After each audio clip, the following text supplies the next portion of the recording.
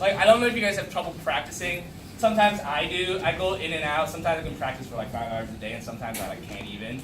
A really good way to practice, especially when you're like not in a super focused mood, is just to do what we just did.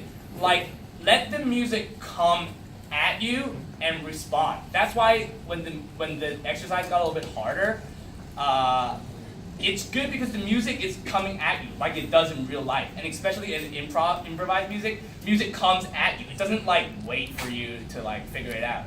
So like sometimes when you practice, you should do it in all ways. But sometimes when you practice, and the way they teach you to practice all the time is like, all right, the second one is hard, right? The second triplet. So you just sit there with the metronome like 1 and 2 and 3 and 4 and then like 1 hour later you're just like 1 and 2, right?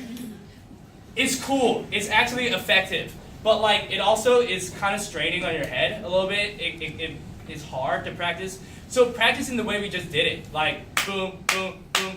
Next one, next one, next one. It's all coming at you, and it might not be that great. You can hit it the next day, or you can just do it. It doesn't have to be. It doesn't have to be like, oh, I have to get it perfect before we move on. I think that's a way that people traditionally teach you how to practice, and it doesn't have to be that way. There's different ways of practicing. There's also another way. In theory, is like just don't drain yourself when you practice every time. Don't practice to your limit.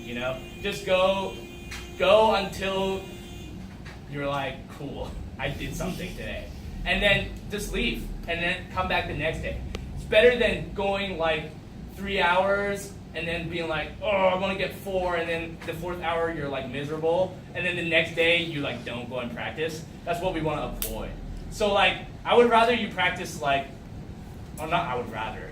It would be better for you to practice like an hour, feel great, leave, and then practice the next day for an hour, and then eventually it'll build up. Like the thing about with all the mental stuff and all that stuff, it's like it's something I can share with you today. But it also has to like be together with practicing, or else it's just too much head stuff, and it's eventually you have to like teach things to your hands to actually do that. Okay, let's see. Yeah, 4 more people. This one's actually easier. This next one we're gonna do is actually easier. You want to do it? Yeah, and who else? Yeah, I mean, you guys, yeah, come on. You want to do it? Yeah. Yeah, cool. Okay, one more person. Yeah, go ahead. Nice. And then everyone here does it by themselves. These people are just standing up here for demonstration purposes. All right, so the other subdivision we work with is 16th minutes, right? So same exercise. 1E and a 2E and a 3E and a 4E and a 1E and a 2E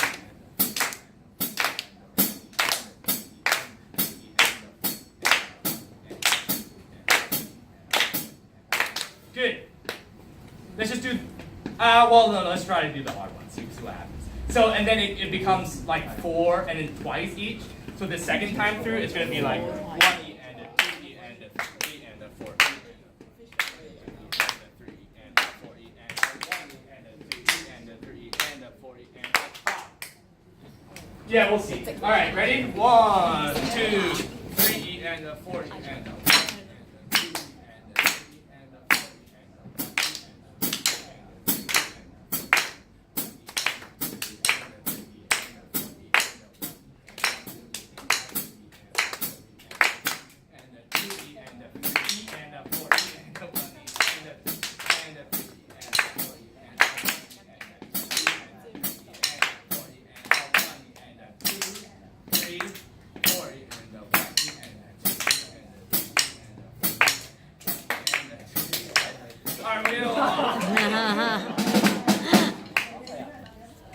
Okay, let's just do it one more time. I'll play the drums. You can also do it like this if you guys are into learning different ways to use this.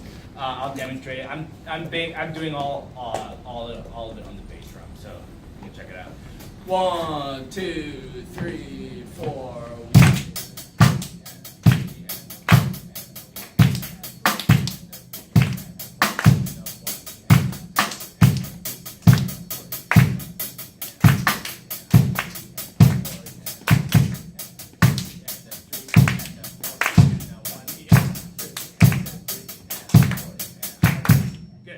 Yeah, okay, that's it. That's the exercise. Thanks, guys.